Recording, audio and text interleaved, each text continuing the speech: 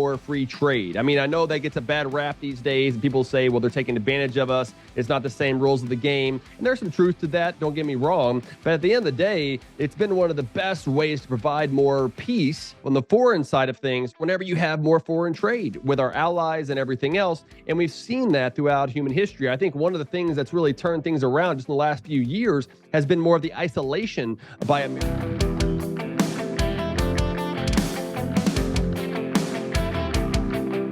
Hello, welcome to this week's Economy. I'm your host, Dr. Vance Ginn.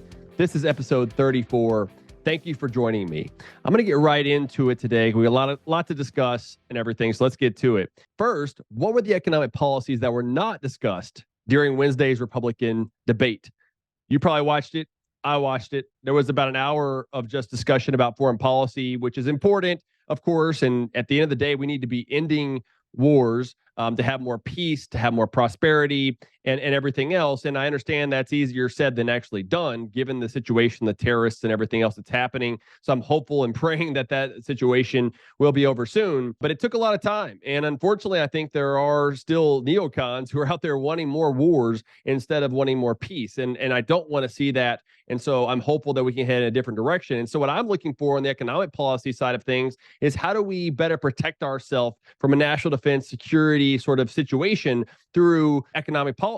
And the way to do that really is by having more free trade. I mean, I know that gets a bad rap these days, and people say, well, they're taking advantage of us. It's not the same rules of the game. And there's some truth to that, don't get me wrong. But at the end of the day, it's been one of the best ways to provide more peace on the foreign side of things whenever you have more foreign trade with our allies and everything else. And we've seen that throughout human history. I think one of the things that's really turned things around just in the last few years has been more of the isolation by American foreign policy, the America first and everything else. I think there's some good to that as far as rhetoric goes and populism, but it does influence our relationships with a lot of these other countries that are out there that we've got to be careful about the direction that we go. So what I would have really liked to see them do more of is talk about the biggest national crisis that we're facing, which is the $34 trillion national debt. It's the elephant in the room that we should be talking about every single time because there has to be something done. I don't care if somebody's a Republican, a Democrat, or libertarian. We've got to be talking about how to get control of this. And as you know, and I've been talking about, it's about getting spending under control. We don't have a revenue problem. We've got a spending problem, and it needs to be done through a spending limit based on population growth plus inflation, what I've called a responsible American budget.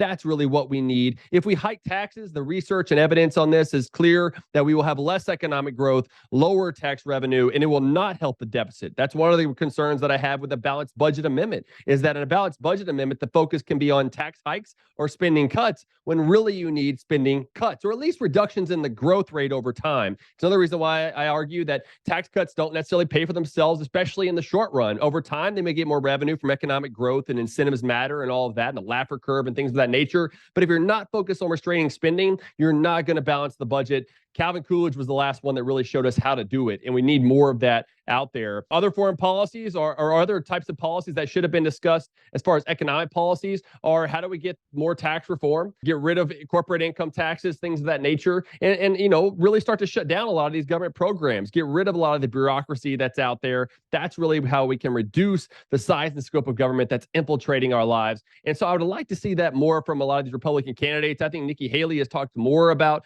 government spending restraint than some of the other candidates. I thought Vivek Ramaswamy has talked about it. Governor DeSantis has also talked about it. I wish he talked more about what he's done in Florida because there's a lot of good stuff that's happening there, but that hasn't been the case so far. But we'll see. I think there's still some time. Donald Trump hasn't even been in these debates. So how will that influence what's going on as well? So anyway, I wanted to give you a quick take on that. I was also on NTD News recently talking about the guilty verdict of Sam Bankman-Fried and about what that means for cryptocurrencies like Bitcoin. Basically, he was found guilty of wire fraud, some of the things he was doing with his finances for his company that he had, dealing with cryptocurrency, basically using a lot of money to build his wealth and everything else. And that was illegal. And they found him guilty. And that's what should happen in marketplaces when we have laws in place, when we have rules of the game that are in place.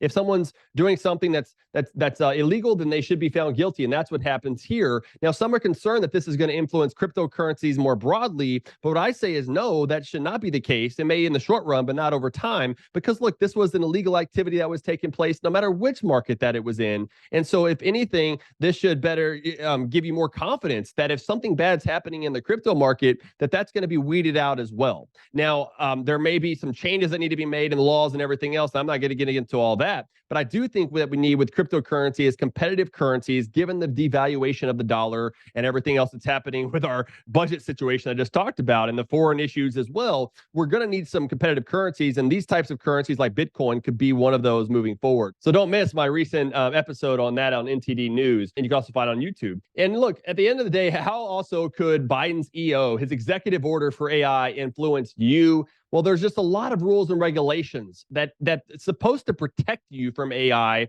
However, what it's really doing, and I'm going to have a piece out of this soon, is stifling innovation, stifling economic growth, and everything else. When we really need is permissionless innovation that can allow for this social media, AI, everything else to process and proceed forward, and let the marketplace, let consumers determine a lot of this stuff. Too often, government's trying to have this top-down, heavy-handed approach when we really need is a bottom-up approach, which is through free market capitalism, which is the best path to prosperity. So I'm concerned about that, but it's something that we want to keep watching. As far as the states go, how are the election results of Texas's 14 ballot propositions for constitutional amendments?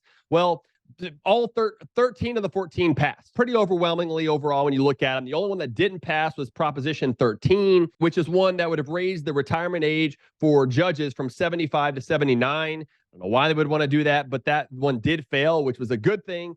We need more turnover in those positions. Some of the ones that I was for that passed was Prop 3, which prohibited a wealth tax in Texas, which I think is a property tax as well. But we cannot have a wealth tax or an inheritance tax, something like that, which is good news. So now Texas has prohibited personal income taxes. They prohibited wealth taxes and prohibited statewide property taxes. Let's keep going. Prohibit as much as possible and focus on restraining government spending, sustainable budgets. That's what we need, like a release recently with the Americans for Tax Reform. And what would this mean for property taxes now in Texas when they pass Proposition 4, which raises the homestead exemption from $40,000 for your homestead if it's your primary place of residence to $100,000. So that's going to reduce the valuation, the taxable value on your home, no matter what the tax rate's going to be. And so many people will see, I think initially, some benefits from that, a reduction in your tax bill. There was also some relief that was provided that was part of the second largest property tax cut in Texas history this year that will reduce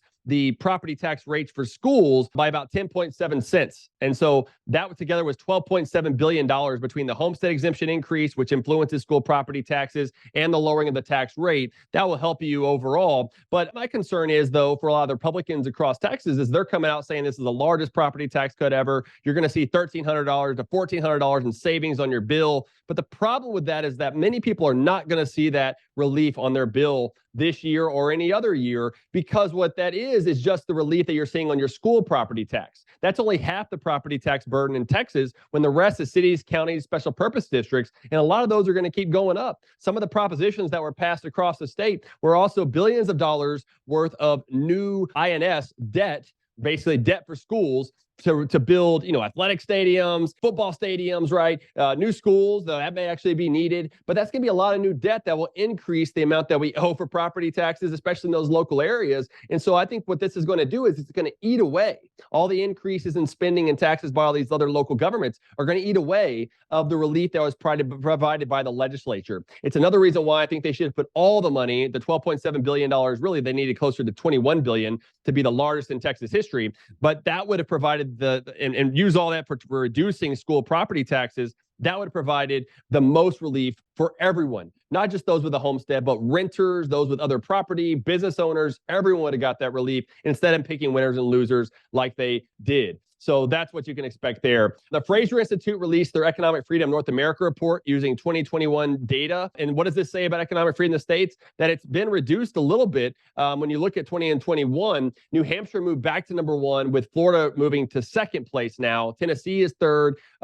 Texas is number 4. South Dakota is number 5. A lot of the places that you have limited taxes overall, no personal income tax, all 5 of those don't have a personal income tax. So these are important parts of that. And then when you look at at the bottom states that have the least amount of economic freedom, it's your California, New York, and Illinois, places like that have the highest personal income taxes, but also the highest government spending. One of the things that also want to look at in these reports is regulations. Regulations are really what have shown to be the most stifling of economic growth from any of the other measures that are out there. But look, if you don't spend it, then you can't regulate it. So it's all tied to spending in some capacity. So I'll put a link to that new report in the show notes page that you all want to check out. And Louisiana moved from 20 to 19th. But as I've noted, there needs to be a lot of work there as well. So this past week, I've had some great episodes. The Let People Prosper show, it was with Dr. Carvalho, professor at University of Texas, Austin, and the director of the Salem Center, where we discuss hyperinflation in Brazil, the power of markets, and the government failures during COVID. So go back and check that one out. The upcoming LPP episode is with Pete Sepp, who is president of National Taxpayers Union. Great guy, great group, about free markets, AI issues, and regulation, and optimism for the future. So don't miss that episode coming out on Monday morning. The quote of the week is by Milton Friedman, my favorite economist. The government solution to a problem is usually as bad as the problem. I would argue it's also usually worse than the problem, but it's usually as bad. And the Bible verse of the week is 1 John 4:7. Dear friends, love one another, for love comes from God. Everyone who loves has been born of God and knows God. Great way to end this week. I hope you have a great weekend. And until next time, let people prosper.